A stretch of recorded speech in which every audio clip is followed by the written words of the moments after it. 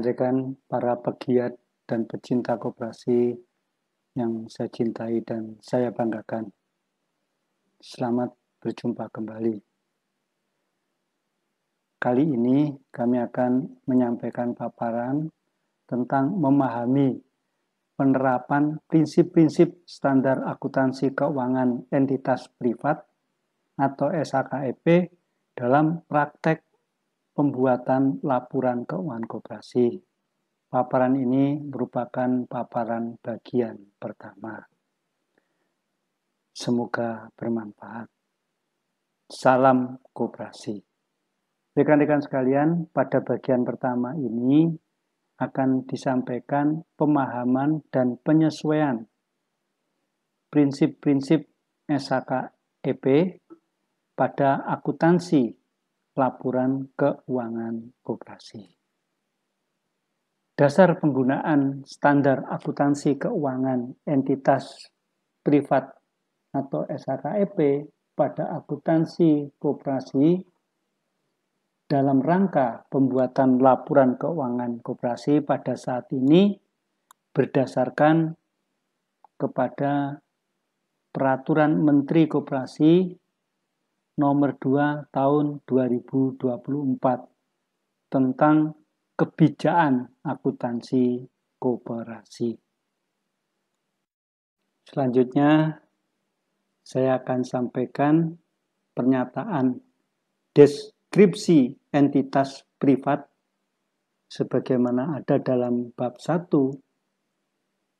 SAKEP pada paragraf 1.2 yang disebut entitas privat adalah entitas yang pertama tidak memiliki akuntabilitas publik. Yang kedua, menerbitkan laporan keuangan untuk tujuan umum bagi pengguna eksternalnya. Contoh pengguna eksternal termasuk pemilik yang tidak terlibat dalam pengelolaan bisnis, kreditor saat ini dan kreditor potensial serta badan pemeringkat kredit. Pada pernyataan ini saya ingin sampaikan ada istilah pengelolaan bisnis.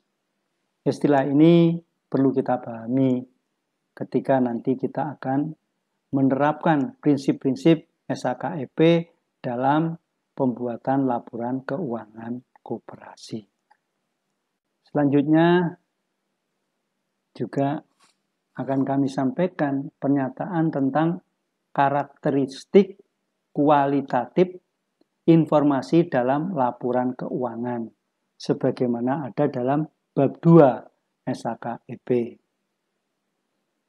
Pada paragraf 2.4 di sana ada sebuah pernyataan yang berbunyi sebagai berikut. Informasi yang disediakan dalam laporan keuangan harus disajikan dengan cara yang membuatnya mudah dipahami oleh pengguna, yang memiliki pengetahuan yang memadai tentang aktivitas bisnis dan ekonomik dan akuntansi, serta kemampuan untuk mempelajari informasi dengan ketekunan yang wajar. Akan tetapi, kebutuhan akan keterpahaman tidak mengizinkan informasi relevan untuk dihilangkan dengan pertimbangan bahwa hal tersebut terlalu sulit untuk dipahami oleh beberapa pengguna. Nah, dalam pernyataan ini rekan-rekan sekalian ada istilah aktivitas bisnis. Sebagaimana tadi pada bab 1, maka istilah aktivitas bisnis ini juga perlu kita pahami bersama. Selanjutnya, dari dua pernyataan pada potongan bab 1 dan bab 2 SAKEP di atas, kita dapat mengambil sebuah kesimpulan. Yang pertama, standar akuntansi keuangan entitas privat yang akan mulai berlaku efektif tanggal 1 Januari 2025 pada dasarnya adalah pedoman akuntansi untuk semua entitas termasuk koperasi yang tidak memiliki akuntabilitas publik. Yang kedua, standar akuntansi keuangan entitas privat ini adalah pedoman akuntansi bagi semua entitas termasuk koperasi dalam mengelola dan membuat laporan keuangan pada kegiatan atau transaksi bisnisnya. Jadi, standar akuntansi keuangan entitas privat ini sebetulnya adalah pedoman akuntansi bagi semua entitas termasuk koperasi yang melakukan kegiatan bisnis. Dalam hal ini kami perlu ingatkan kembali apa yang sudah kami sampaikan pada paparan-paparan terdahulu bahwa berdasarkan PP 7 tahun 2021, transaksi koperasi terdiri dari yang pertama transaksi pelayanan, yaitu transaksi antar anggota, transaksi dari, oleh, dan untuk anggota sebagai transaksi internal dalam wadah sebuah koperasi. Transaksi ini adalah transaksi yang non-profit. Yang kedua, transaksi bisnis. Transaksi bisnis adalah transaksi antara koperasi, transaksi antara sekelompok orang yang berhimpun sebagai anggota koperasi dengan masyarakat atau dengan pihak-pihak bukan anggota. Transaksi ini adalah transaksi yang profit oriented. Rekan-rekan sekalian, dari ketentuan pada PP 7 tahun 2021 yang saya sampaikan di atas, kita dapat membuat sebuah pemahaman bahwa SHK entitas private atau SHKEP adalah pedoman akuntansi dalam membuat laporan keuangan pada transaksi bisnis koperasi. Tetapi ada catatan yang perlu kita pahami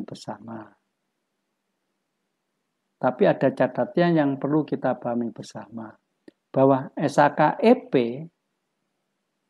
walaupun itu berlaku sebagai pedoman dalam pembuatan laporan keuangan koperasi, tetapi SHKEP tidak dipakai untuk transaksi pelayanan koperasi. Tetapi prinsip SHKEP dapat dipakai sebagai rujukan untuk membuat laporan transaksi pelayanan koperasi. Rekan-rekan sekalian, selanjutnya penerapan prinsip-prinsip SHKEP pada laporan keuangan koperasi.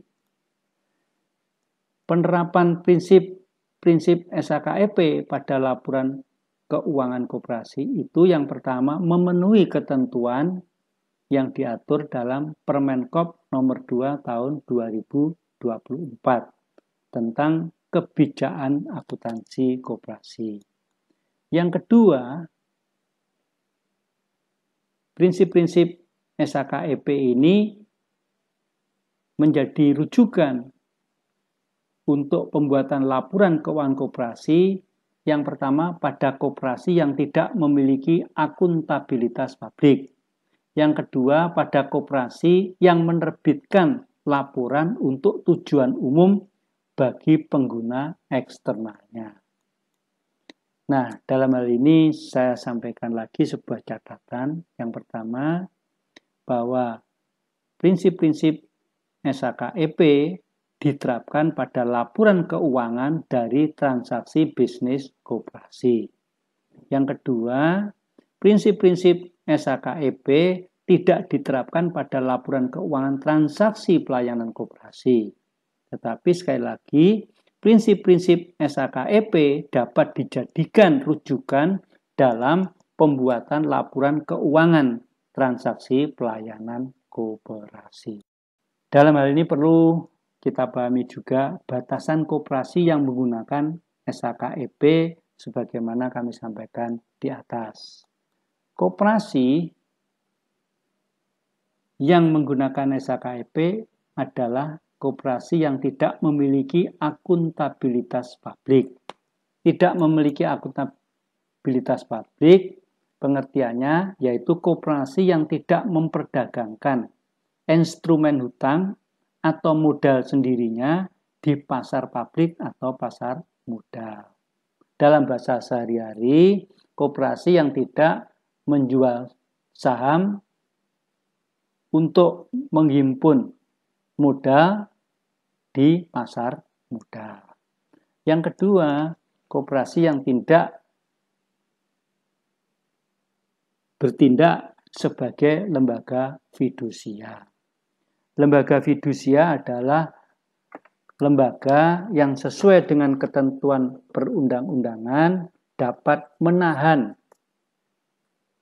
aset pihak lain yang berhubungan atau bertransaksi dengan koperasi, seperti pihak-pihak lain yang meminjam dana koperasi. Itulah pengertian koperasi sebagai lembaga fidusia.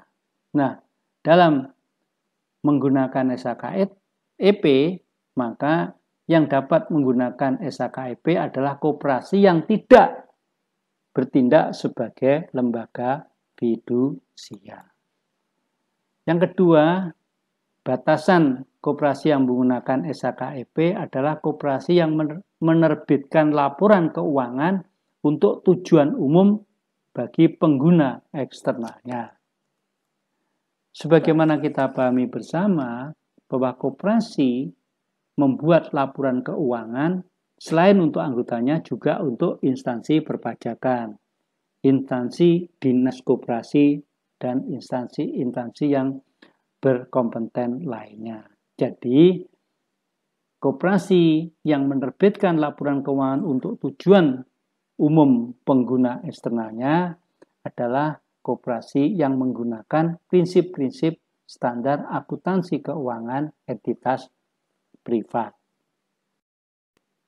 Selanjutnya rekan-rekan sekalian, di dalam melaksanakan pembuatan laporan keuangan koperasi dengan menggunakan prinsip-prinsip SHKEP, perlu kami sampaikan adanya penyesuaian istilah dalam akuntansi koperasi. Yang pertama, di dalam SHKEP, pengakuan dan pengungkapan modal dipakai dengan istilah saham. Sedangkan pada akuntansi koperasi dikenal dengan istilah simpanan. Jadi ketika kita membuat laporan keuangan koperasi yang berkaitan dengan modal, itu tidak diistilahkan sebagai saham, tapi kita istilahkan sebagai simpanan, sebagaimana praktek keseharian pada saat ini. Yang kedua, pengakuan dan pengungkapan perhitungan akhir usaha pada SHKEP dipakai istilah laba rugi. Sedangkan pada akuntansi koperasi dikenal dengan istilah sisa hasil usaha. Yang ketiga, pemilik entitas sebagaimana diungkapkan dalam bab 1 SHKEP tidak terlibat dalam pengelolaan bisnis dari entitas yang dimilikinya. Sedangkan pada tata kelola koperasi, anggota sebagai pemilik koperasi ikut merencanakan, mengelola, mengendalikan transaksi bisnis koperasi tersebut. Demikianlah rekan-rekan sekalian, paparan bagian pertama yang mengungkapkan pertama, pemahaman dan penyesuaian prinsip-prinsip standar akuntansi keuangan entitas privat dalam penerapannya pada akuntansi koperasi. Yang kedua, pemahaman ini merupakan langkah pertama yang harus dipahami para pegiat atau pengelola koperasi agar dalam menerapkan prinsip SHKEP tidak keluar dari koridor jati diri koperasi. Selanjutnya, dalam paparan bagian mendatang akan disampaikan pemahaman dan penerapan prinsip-prinsip SHKEP terkait pembuatan dan penyajian laporan keuangan koperasi seperti penyajian posisi keuangan, penyajian kinerja keuangan, bentuk laporan keuangan, dan lain-lain.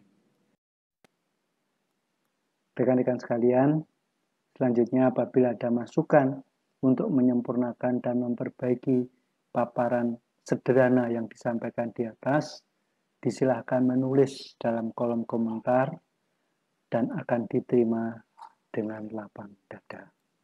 Terima kasih atas perhatiannya, semoga bermanfaat.